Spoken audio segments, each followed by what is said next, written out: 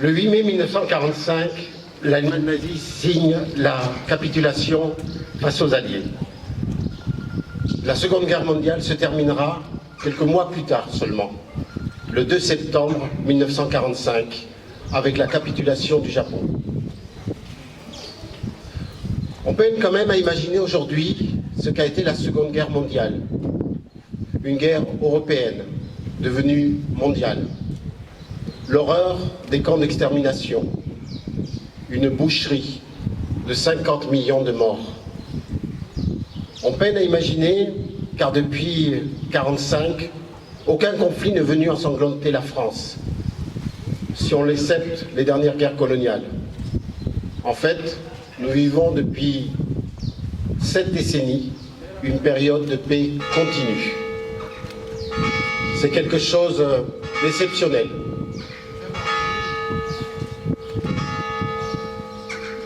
Cette paix ne doit rien au hasard. Les vainqueurs de 1945 ont su ne pas écraser les vaincus, au contraire même. L'Amérique est venue nous aider pour reconstruire notre continent. Entre Européens, nous avons su nous parler, faire la paix. Nous avons stimulé les échanges au point qu'aujourd'hui, l'Allemagne est notre premier partenaire commercial. Nous avons tissé tant de liens que la paix semble assurée entre les ennemis d'hier. Vous voyez, la paix ne doit rien au hasard, mais la paix est un acquis fragile, elle n'est pas garantie. Journée nationale du 8 mai 2021. Geneviève Darrieussecq, ministre déléguée auprès du ministre de la ministre des Armées, chargée de la mémoire et des anciens combattants. 8 mai 1945. Par 2 fois, l'Allemagne a signé sa capitulation sans condition. Pour l'Europe, la délivrance est là. La guerre est finie. Enfin, après tant de souffrances et de désolation, après tant d'espérance et de luttes acharnées, même les épreuves les plus douloureuses ont une fin. Même les tempêtes les plus dévastatrices s'achèvent. Une joie bouleversée emplit les cœurs. Les drapeaux ornent les fenêtres. Les embrassades se noient dans la liesse populaire. Derrière les larmes de joie, celles de la peine affleurent. Personne n'oublie les villes ruinées, les vies dévastées. Personne n'oublie que l'humanité a payé le plus lourd tribut de son histoire. Notre monde en fut à jamais changé. La Seconde Guerre mondiale est une rupture pour notre civilisation qui se sait encore davantage fragile et mortelle. 76 ans plus tard, reliés par notre mémoire commune et épris de la même reconnaissance, nous nous unissons par la pensée et par notre hommage pour saluer le souvenir de celles et ceux qui ont combattu et abattu le fléau nazi. Pour notre pays, rien ne fut simple. Ce combat prit de nombreux virages et la victoire 1000 chemins.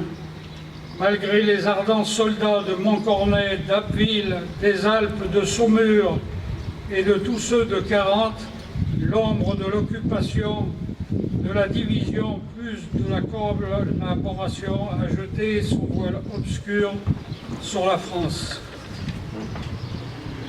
Il y a 80 ans, en 1941, les flambeaux de la résistance brillaient déjà.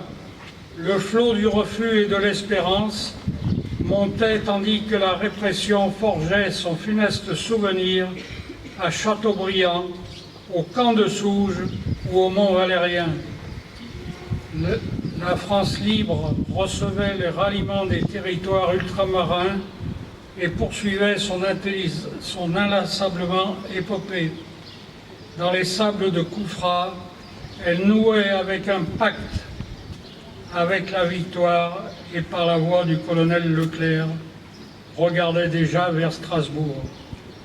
À l'instar d'Hubert Germain, dernier des compagnons de la Libération, ce fut toute une jeunesse ardente et résistante qui refusait la défaite et l'asservissement, qui refusa de servir les desseins de l'occupant.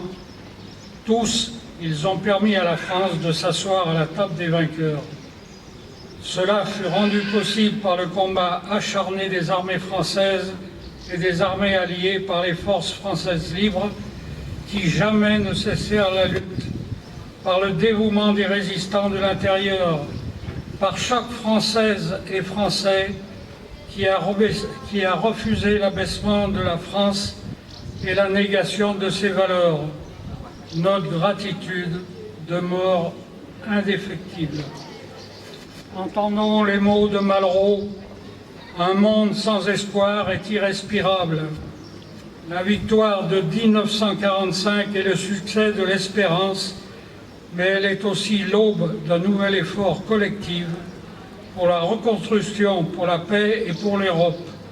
Hier comme aujourd'hui, face aux épreuves et aux crises du temps, la nation française se tient debout, résiliente et espérance. Unis et solidaires, souvenons-nous de l'adversité surmontée et de la liberté reconquise.